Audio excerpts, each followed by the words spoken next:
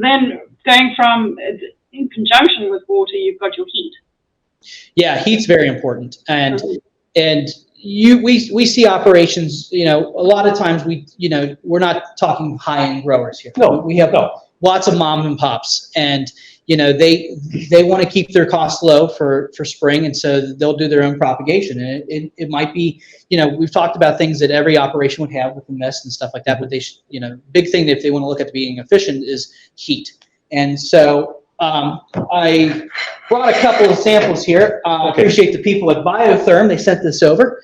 And, one of the things you may see is on bench or on floor heating, because sometimes we don't see propagation just done on benches. Correct. It could be done on the ground. And they may have heating in the ground. They may have heating under the benches. So you may have some tubes, a tube system like this. This is very common. They have a really nice system where you can just roll it out to the size that you're required for your benches so that you don't have to feel like you're running a million feet of hose, up and down. So this is a really nice, simple system that they've got.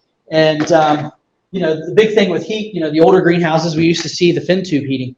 Right. The aluminum fin tubes allow the heat to disperse, but you'll see these underneath your benches and stuff like that if you have a boiler system or a hot water system. And this just helps disperse the heat. So, but heating is really important for rooting.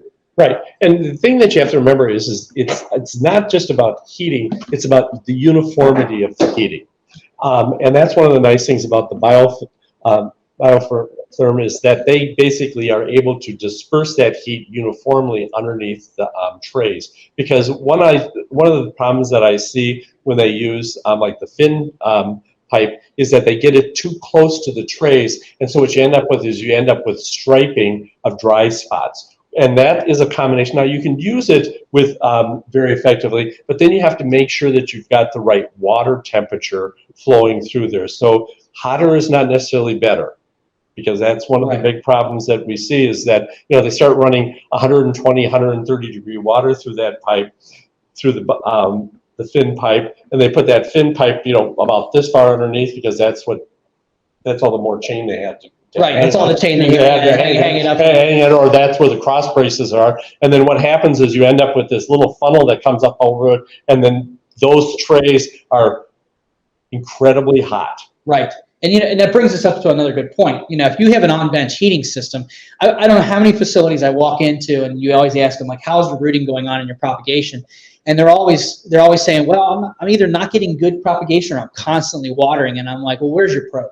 Yeah, that's a very important thing. Where's the probe? So if you have an on-bench heating or on-ground heating system, there's a probe that's affiliated with it. And what that probe does is it's supposed to go into one of the flats that you're actually propagating so it can sense the soil temperature to whatever type of plant you're rooting.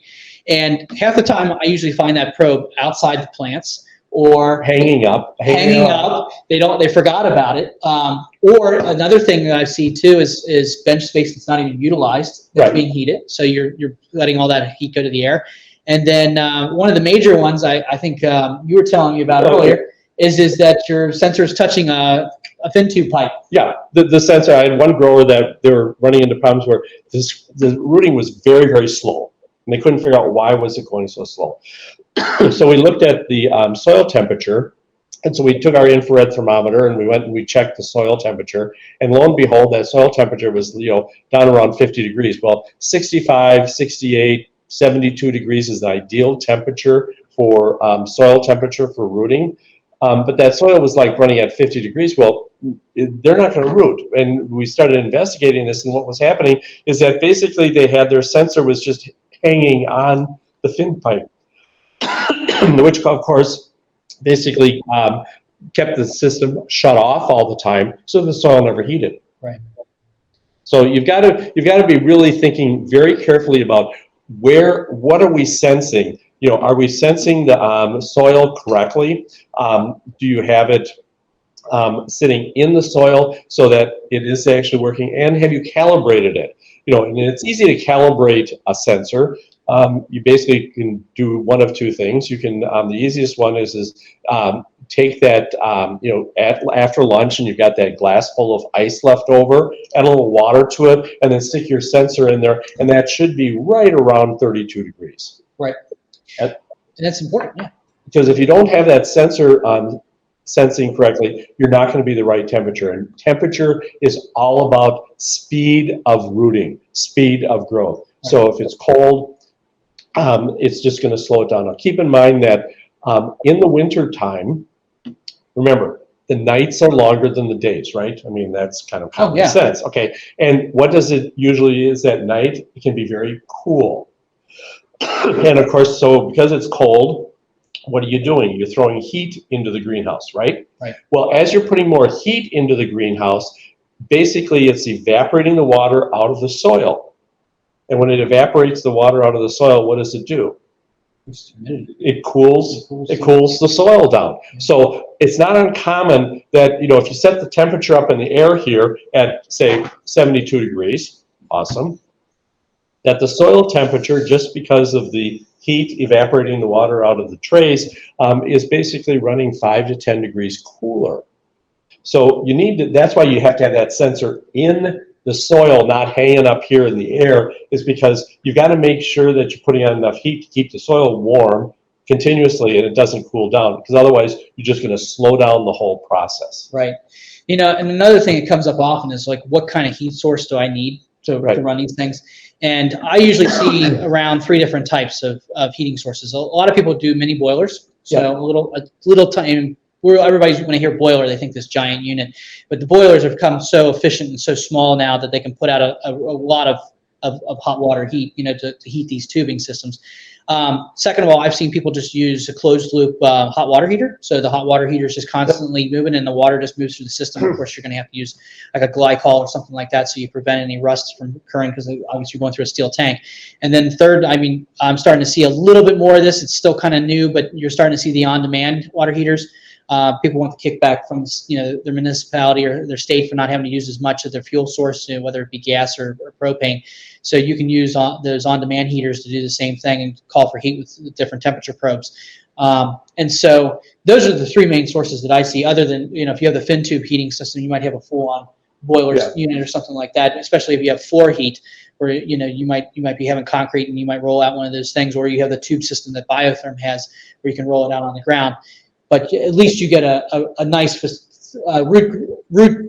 root heating zone, so that you can keep those plants warm through the propagation process. So, well, you know, and you talk about trying to save energy. You know, one of the things that I think people forget about, and of course it's really critical, because if you look at your energy consumption over a 12-month period of time, most of your energy is being used in January through the middle of February, and then so that basically your gas use is high, and anyone that monitors this, and then they notice that by February, March, April, May, and then you basically go down to virtually none. And then should you be doing poinsettias, you might have a peak going into December, but as soon as the poinsettias are gone. So really, it's about what are we doing in January and February, right? That we want to make sure that we got the heat where it's needed and heat where it's going to be the greatest benefit. And one of the problems that I keep running into is where people put the heat above the crop, hoping that the soil is going to get warm. Now, I don't know what part of physics class they slept through, because obviously they slept through, because heat rises. right. And we're going to use this heat rises a little bit later when we talk about cooling and ventilating, but heat rises is a powerful tool in your toolbox. So what you want to be thinking about is, how can I efficiently get the most heat underneath so that it rises through the crop? Because as you're propagating, remember, most of that stuff has a flat canopy. Right. And it's very shallow.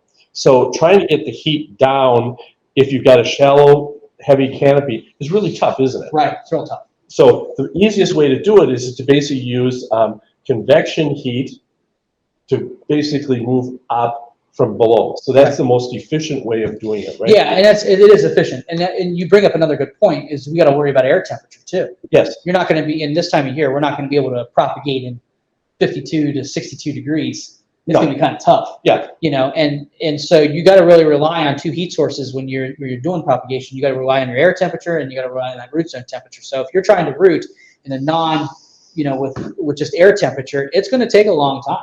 It's going to take, depending on what you're rooting. I mean, it might be simple for the year crops, right? You know, geraniums and stuff like that. But, you know, you get into harder crops like lantana, right, you're going to have a problem. Well, yeah, because there's a whole group of warm-blooded crops Right. that you really need to be hot. I mean, by hot, I mean 75, 78 degrees to keep them moving along.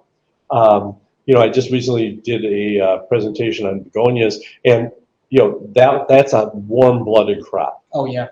So even when you do cannas, that's a warm-blooded crop, and you basically look at lantanas, you look at impatiens, you look at angelonia. You know, all of these crops that have fairly long crop times, and their use is in large containers, so you have to start them early. Those are all going to be really critical that you get the heat to them, and a little bit of heat at the right time can make a world of difference in the root mass that you have for transplanting, which will then produce a much more vigorous plant going in. And that's important because, you know, there's a lot of people that are probably on this are grower retailers, right? You know, if you're going to your, you know, the end customer, your consumer, and they're wanting to know when you should be selling, you know, impatiens, or when you should be selling lantana, or when you should be selling begonias and stuff like that, and they're asking like April 1, and you're going, there's no way, you know, we're still got frosts, and we still have freezing, and we could potentially have all kinds of different environmental concerns.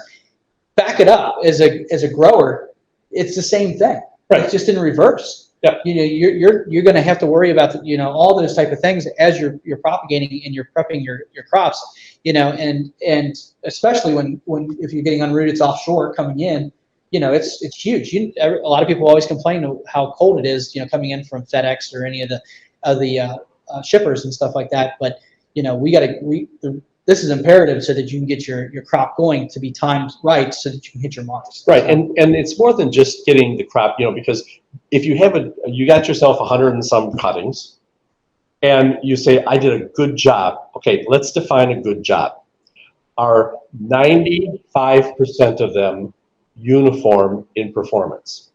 And if you can't say 95 plus are uniform in performance, especially for the hard stuff, then you need to sit down and say, okay, a little bit of investment in the right technologies will make a huge difference, because that 95% means that you have 95 plants out of that 100 that you put in that are actually going to be saleable at the same time in the same size. If you end up with what, you know, you kind of cheap out on some of the, or don't implement the technologies correctly, so that you end up with 10% of them have a root mass that basically we call a level 5 rooting, which is roots to the bottom, roots, basically you pull it out and it's a big ball of white.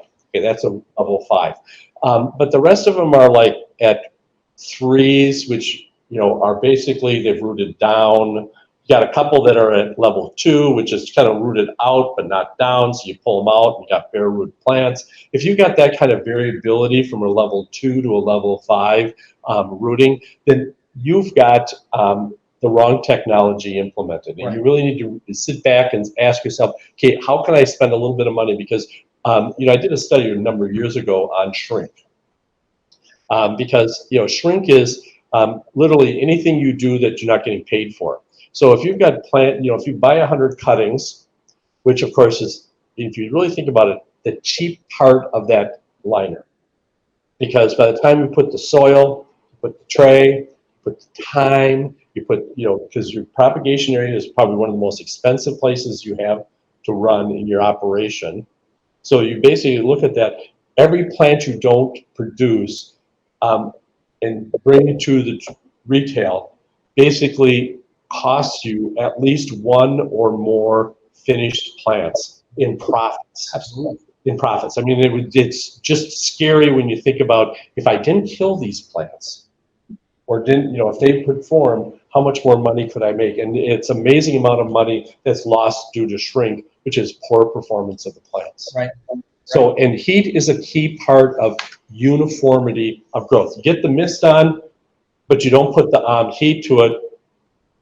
You're not going to get much. No. So it's really important to get those two together. Correct.